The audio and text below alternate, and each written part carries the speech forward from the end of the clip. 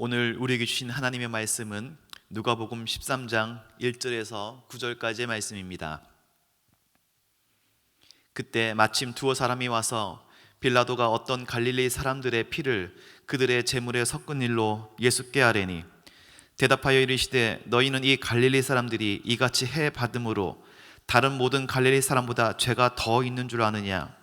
너희에게 이르노니 아니라 너희도 만일 회개하지 아니하면 다 이와 같이 망하리라. 또 실로암에서 망대가 무너져 치어 죽은 18사람이 예루살렘에 거한 다른 모든 사람보다 죄가 더 있는 줄 아느냐? 너희에게 이르노니 아니라 너희도 만일 회개하지 아니하면 다 이와 같이 망하리라. 이에 비유로 말씀하시되 한 사람이 포도원에 무화과 나무를 심은 것이 있더니 와서 그 열매를 구하였으나 얻지 못한지라. 포도원 지기에게 이르되 내가 3년을 와서 이 무화과 나무에서 열매를 구하되 얻지 못하니 찍어버리라. 어찌 땅만 버리게 하겠느냐? 대답하여 이르되 주인이여, 금년에도 그대로 두소서. 내가 두루 파고 거름을 주리니 이후에 만일 열매가 열면 좋거니와 그렇지 않으면 찍어버리소서 하였다 하시니라. 아멘. 이 시간 이 기도의 자리에 나온 여러분들을 주님의 이름으로 환영하고 축복합니다. 오늘 저는 은혜의 유예기간이라는 제목으로 말씀을 전합니다. 오늘 본문 1절 말씀에 보면 그때 마침이라는 단어로 시작합니다. 두어 사람이 예수님께 와서 질문했는데 그때 마침이라는 지시어는 앞 내용을 가르치겠죠. 그럼 앞에 12장에 어떤 내용이냐 하면 예수님께서 마지막 심판의 때가 가까웠으니 너희는 회개하고 깨어 준비하라는 내용이었습니다. 이후에 오늘 누가복음 13장 본문에서는 세 가지 이야기가 등장하는데, 첫째는 권력자가 사람을 죽인 이야기입니다. 두 번째는 재난사고로 사람이 죽은 이야기입니다. 그리고 세 번째는 포도원에 열매 없는 나무에 대한 비유 이야기입니다. 오늘 본문 1절에 이때 마침 예수님을 찾아온 사람들이 질문을 했는데 이겁니다. 예수님, 빌라도가 하나님께 제사를 드리고 있는 갈릴리 사람들을 죽여서 그들의 피를 제물에 섞어버렸습니다. 즉 권력자에 의해서 이렇게 죽임을 당한 유대인들이 있는데 이들을 어떻게 봐야 합니까? 이들의 불행한 죽음은 결국 하나님의 저주 아닙니까? 신명기 28장 말씀대로 율법에 순종하면 복받고 불순종하면 저주받는 대로 된 거 아닙니까? 라고 질문하는 겁니다. 그리고 이들의 질문에 숨겨진 의도는 무엇이겠습니까?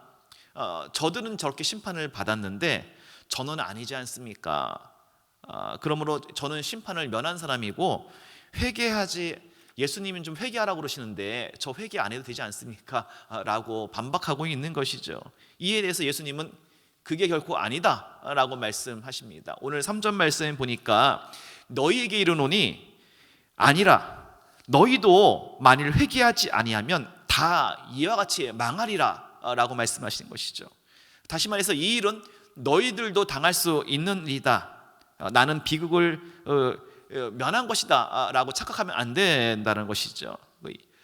그리고 이어서 예수님께서는 유사한 사건을 언급하십니다. 너희가 그런 식으로 말한다면 빌라도 같은 권력자에게 죽은 사건 말고 또 이런 사건 있지 않았느냐, 재난사고 있지 않았느냐, 실로암에서 망대가 무너져서 18명이 죽었는데 이들도 다른 사람보다 더 죄가 많아서 죽은 것이냐?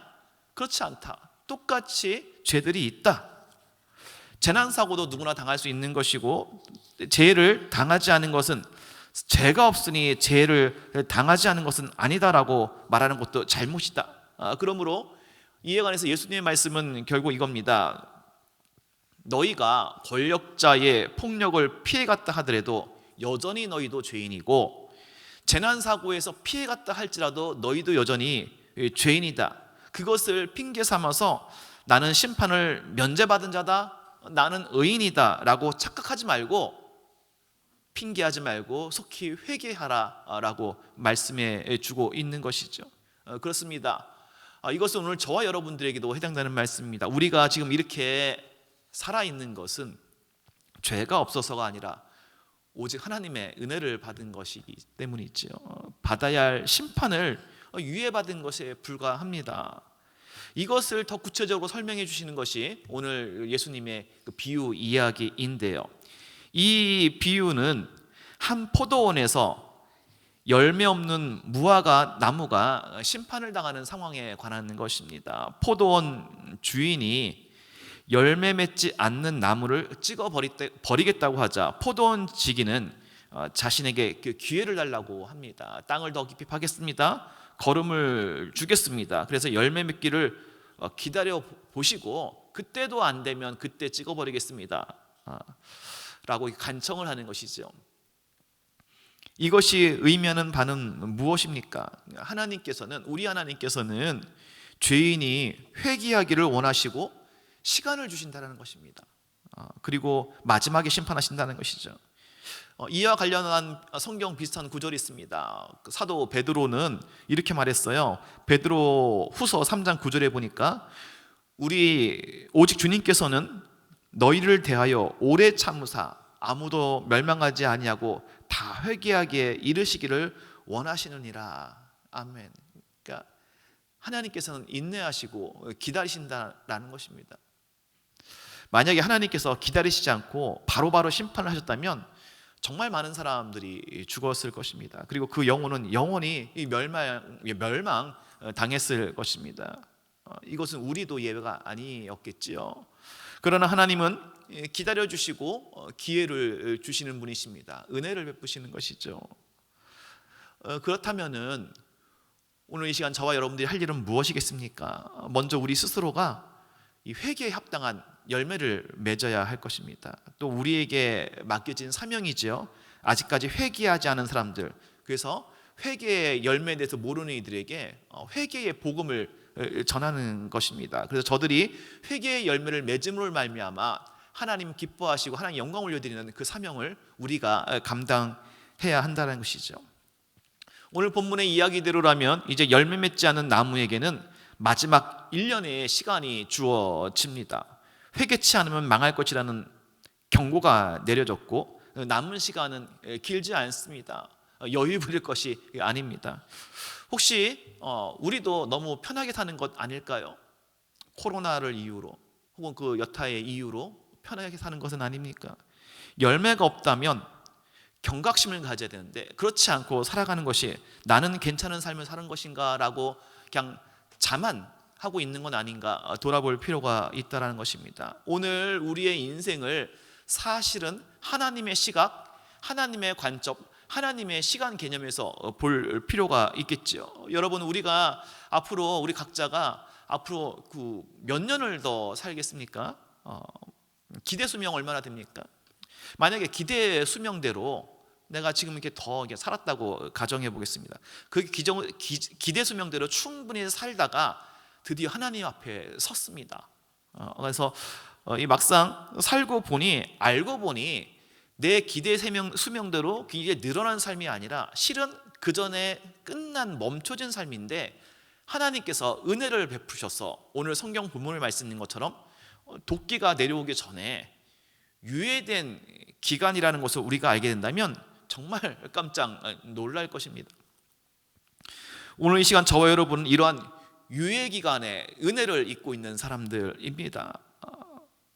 우리는 하나님의 은혜로만 살고 있는 사람들이죠. 그저 은혜입니다. 그럼 우리 할 일은 무엇이겠습니까? 회개에 합당한 열매를 맺는 것이죠. 회개에 합당한 열매를 맺도록 또한 복음을 전하는 일이 우리의 역할인 줄로 믿습니다. 회개에 합당한 열매라는 것은 무엇입니까? 회개와 관계없는 열매, 회개와 관계없는 열매의 반대말이겠지요.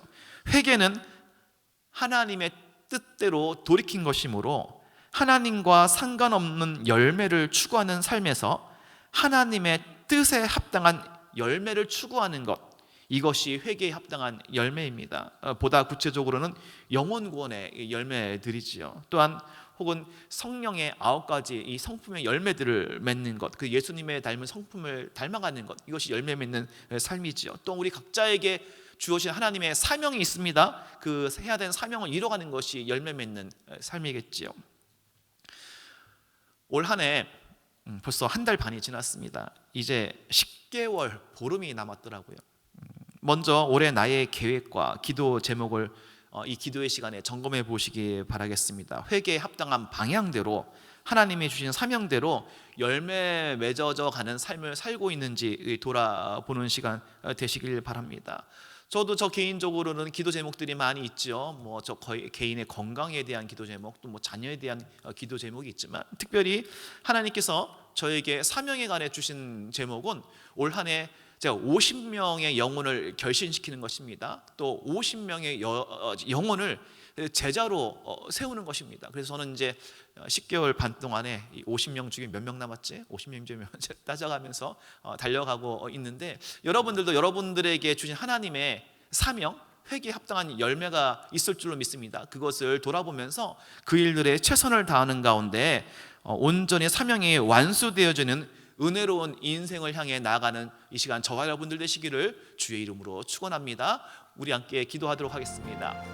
함께 기도할 때에 하나님의 은혜와 사랑 가운데 하나님 회개에 합당한 열매를 맺게 하여 주시옵소서. 함께 기도하도록 하겠습니다. 은혜와 사랑이 풍성하신 아버지 하나님, 주의 은혜, 주의 사랑 가운데 우리의 삶을 돌아봅니다. 하나님께서 주시는 은혜의 시간에 우리의 삶이 후회되었고, 아버지 하나님의 은혜 가운데 이 시간들을 보내고 있사오니 그저 주님이 주시는 은혜와 사랑에 감사하며 나가게 하여 주시고, 아버지 하나님, 주께서 우리에게 베푸신 은혜를 감사하며 우리에게 맡겨진 사명을 돌아보고 회개에 합당한 열매를 맺어나가는 우리의 삶이 될 수 있도록 주님 인도하여 주시옵소서. 나의 욕심과 나의 소망이 아니라 오직 하나님이 주시는 은혜와 사랑 가운데 그 회개에 합당한 열매를 맺고 하나님께 영광 올려드리는 삶을 살 수 있도록 주님 인도하여 주시옵소서. 지금 우리 주 예수 그리스도의 은혜와 자비하신 아버지 하나님의 사랑과 성령님의 감화감동 위로교통 역사하심이 하나님의 은혜에 감사하며 회개에 합당한 열매를 맺어 나가기를 원하는 이 기도의 자리에 나온 모든 주의 백성들 머리머리에 지금부터 영원토록 주님의 은혜와 사랑이 함께 하시기를 간절히 축원하옵나이다. 아멘.